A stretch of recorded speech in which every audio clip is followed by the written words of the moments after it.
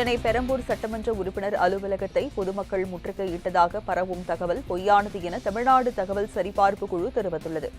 அடிப்படை வசதிகளை செய்து தராததாக கூறி பொதுமக்கள் பெரம்பூர் சட்டமன்ற உறுப்பினர் அலுவலகத்தை முற்றுகையிட்டதாக தகவல் வெளியானது. இந்நிலையில் இதுகுறித்து தமிழ்நாடு தகவல் சரிபார்ப்பு குழு வெளியிடப்பட்டுள்ள எக்ஸ்தல பதிவில், குடியிருப்பு வாசிகள் வசிக்கும் நிலம் தொடர்பான வழக்கு நிலுவையில் உள்ளதாலும் அங்கீகரிக்கப்படாத மனைப்பிரிவு என்பதாலும் சாலை கழிவுநீர் கால்வாய் அமைக்க முடியாத சூழல் உள்ளதாக தெரிவித்துள்ளது. மேலும் 100 நாட்கள் வேலை செய்யாத பெரம்பூர் எம்எல்ஏ என சமூக வலைதளங்களில் தவறான தகவல் பரவி வருவதாக பதிவிட்டுள்ளது.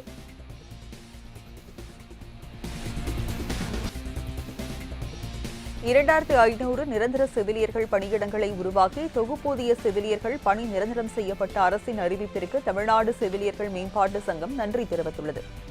சென்னை தேனாம்பேட்டை டிஎம்எஸ் வளாகத்தில் தமிழ்நாடு செவிலியர்கள் மேம்பாட்டு சங்க பொதுச் செயலாளர் சுபின் செய்தியாளர்களை சந்தித்தார்.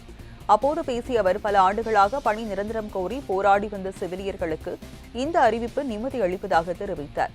அதே நேரத்தில் சுமார் 6000 தொகுப்பூதிய செவிலியர்கள் பணி நிரந்தரத்திற்காக காத்திருக்கும் நிலையில் மீதமுள்ள 4000 செவிலியர்களையும் விரைவில் பணி நிரந்தரம் செய்ய வேண்டும் என வலியுறுத்தினார்.